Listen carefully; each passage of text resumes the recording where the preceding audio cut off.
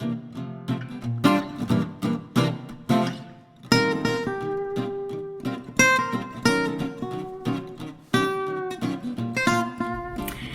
एके, क्या हाल है भाई? हाल का क्या है भाई, आ गया फॉल है। Aren't you sounding so ठंडी? अरे इन्हें it's the season for शादीज भाई। और पता है क्या, करवा चौथ की क्या उसका कार्यक्रम जोर शोर से चल रहा है, पता है? यहाँ भी कौन से मतलब लेडीज ग्रुप सब शुरू हो गए करवा चौथ को लेके, और अभी से शॉपिंग में बिजी हैं औरतें। कौन सी ज्वेलरी, कौन सा साड़ी, कब मेहंदी लगाई जाएगी, क्या मेकअप होगा। अरे उन्हें बोलो कि इस बार फेस मास्क लगाना है भाई। सब खर्चे कम हो जाएंगे, मुंह दिखाना ही नहीं है। जैसे पता है, एक मैंने जोक सुना था कि एक बच्चे ने पूछा अपने दादी से कि दादी शादी में कितना खर्च आता है। तो दादी थोड़ा सोच के बोले कि बेटा मैं तो अभी तक खर्च कर रहा हूँ, तो मुझे तो पता ही नहीं। वही मतलब खर्चा करती, लेकिन है ना, औरतें भी कर रही है ना भाई। मतलब वो पूजा पाठ करती हैं, करवा चौथ करती हैं, उपवास रखती हैं, मतलब 2 हफ्ते पहले से तैयारी, शॉपिंग सब कुछ करती हैं, मतलब अपने हिसाब से। फोकस ऑन द वाइफ, सब कुछ इनके इर्द गिर्द ही होता है। बेचारे पतियों का मतलब जितना चांद को पूछा जाता है उतना भी उनको नहीं पूछा जाता, लेकिन रखी जाती है व्रत उनके नाम पे। और हम बेचारी भोली भाली पत्नियां के वैसे के ही वैसे है। बेचारा पति जानू स्वीट हार्ट वो ना कहता हमारी शक नहीं जाएगी। और क्यों ना करे। एक 17 साल के आदमी किसी पार्टी में अपनी पत्नी को जानू जानू कहते नहीं थक रहे थे। साल में भी तो जो वहीं पे बैठे एक शख्स थे, उनको लगा कि अरे बाप रे इतनी मोहब्बत। तो मैंने कहा भाई साहब अभी भी इतनी मोहब्बत? तो वो बोले कि नाम याद आ जाए तो अभी डिवोर्स पेपर पे लिख दो। मतलब मैं भी ना बहुत सोचने पे मजबूर हो जाती हूँ कि ये बट ऑफ जोक्स हमेशा औरतें क्यों होती है। मतलब शादी पे जो बीती तो दोनों पे ही है।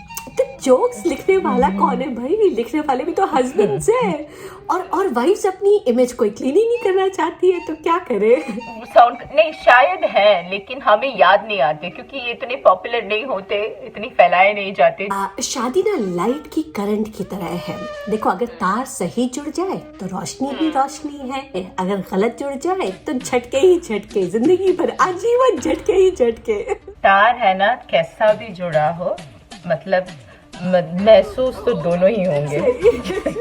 कुछ भी कहो ना, ये शादी वाला जो कुछ एक इतना एडवेंचरस राइड है, उसका मजा ही कुछ और होता है। शायद इसीलिए लोग कई बार कर लेते हैं भाई, ये एडवेंचरस राइड कई बार ले लेते हैं। जैसे अपने आमिर खान, तो उन्होंने तो ये राइड कई बार ले लिया और आगे भी शायद प्लान कर सकते हैं लेने के लिए, बार ले। वैसे भी यार ये खट्टी मीठी जो डकार है ना, उनसे हम वंचित रह जाएंगे अगर ये राइड नहीं लेंगे तो।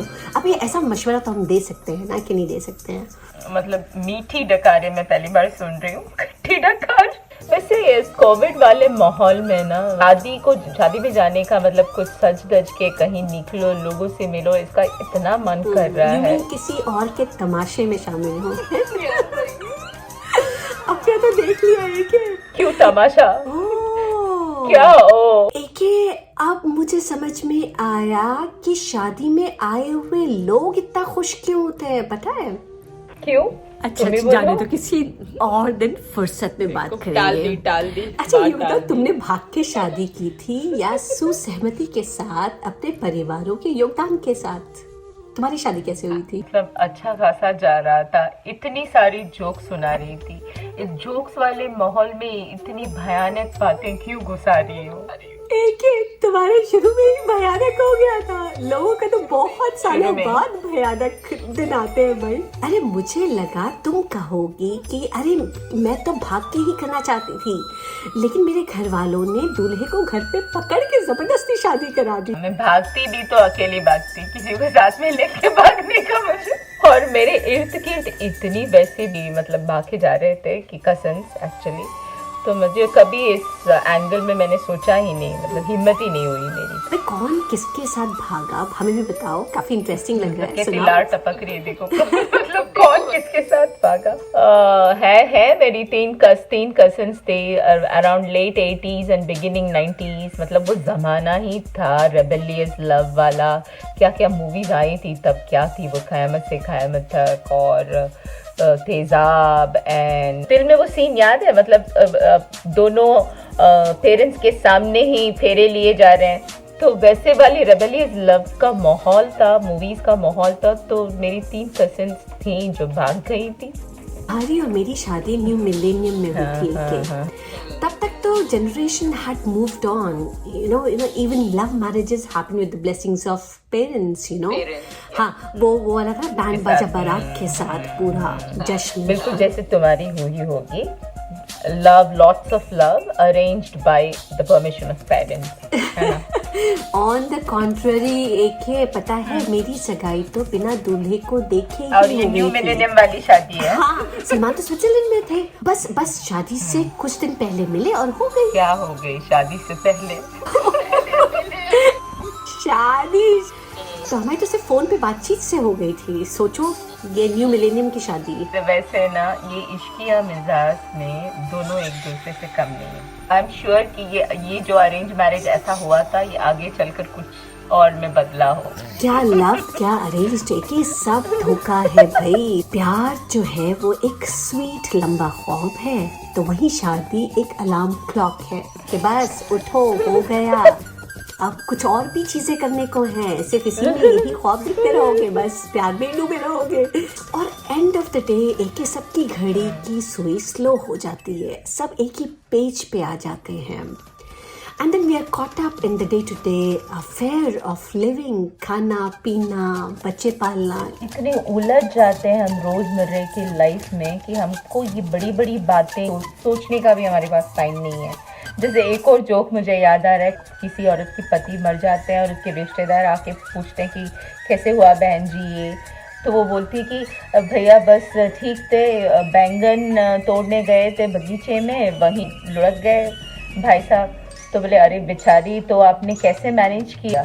तो वो बोलती है कि हाँ मतलब बैंगन की सब्जी नहीं बन पाई, लेकिन मैं आलू की सब्जी बनाई और मैंने मैनेज कर लिया। तो कैसे मैनेज किया आपने, आलू की सब्जी से मैनेज किया, हो गया, मैनेज हो गया जैसे तैसे। जोक्स अपार्ट, देखो शादी is such a romanticised noble concept. उससे वो रोमांस और वो जन्म जन्मांतर का अगर फंडा निकाल दो तो क्या बचता है। अच्छा, शादी का कंसेप्ट कैसे आया होगा, ये भी बड़ा सोचने वाला है कि मतलब one man one woman, strong and long commitment वाला, till death do us part वाला वो कंसेप्ट। पहले से अगर तुम बोल रहे कब आया होगा कॉन्सेप्ट, तो ये तो खाना बदोश था आदमी, Hunter gatherer, he was roaming around everywhere. So when he जब फार्मिंग शुरू की and they started settling down in societies, तो सोसाइटी में कुछ ऑर्डर आए, सम रेगुलरिटीज रहे, सम पीस रहे, उसके लिए बना होगा ये concept of you settle down with a woman and she is your woman. तो वो बताने के लिए ये शादी वाला सेरेमनी शायद हुआ हो।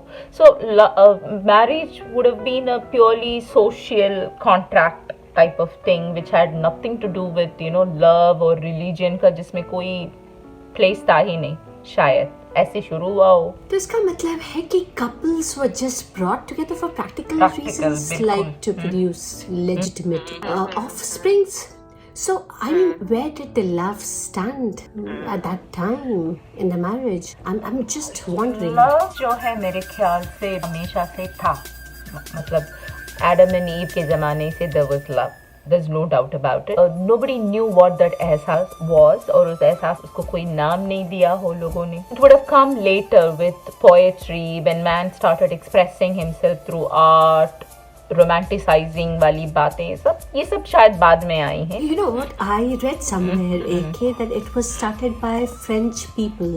You know, the modern Western concept of love as a prerequisite for marriage. और तुमने वो सुना होगा Sir Lancelot and King Arthur की वाइफ का किस्सा, जिसमें the knight fell in love with her, and it all started by wooing the lady, by praising her eyes, her beauty, her hair and everything.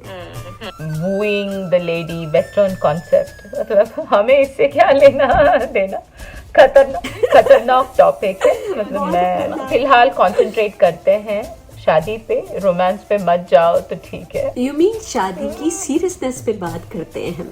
लेकिन whatever the जमाना में भी शादी has always been very important issue रहा है। For men obviously it would have been primarily sex and companionship for a sense of pride and duty. Yeah, and for women I think it must have been matter of security, safety and of course childbearing. वो तो हम सबको ही पता है। You know, I think शादी satisfies that need in her to create. She becomes larger than life at that time, okay? And to bring forth as many lives to this world, okay, what a miraculous task. अगर सोचें भी हम इस बात को, तुम you are again romanticizing on the concept of seriousness पे पहुंच गए। जो कि तुम बिल्कुल सही बोल रही हो, लेकिन even there you are not supposed to generalize anything these days. अभी हम ये जो broad हमने ये किया कि men marry for this reason and women marry for this reason, इतना भी हम लोग आजकल generalize नहीं कर सकते किसी को लेके। आजकल वो concept है कि it's my life, my way, my body, my way। तो हर कोई like motherhood is the most important thing that woman is made for। ये भी अभी हम बता नहीं सकते, ऐसे हाल में हैं हम तो लोग। हम भी कहाँ आइडल मैरिज के माहौल में फंसे हैं भाई। है ना वूइंग, प्यार का इजहार, proposals, सारे western notions. It is not the knight Lancelot and his sweetheart over here, you know. And शादी in India call it the great Indian wedding.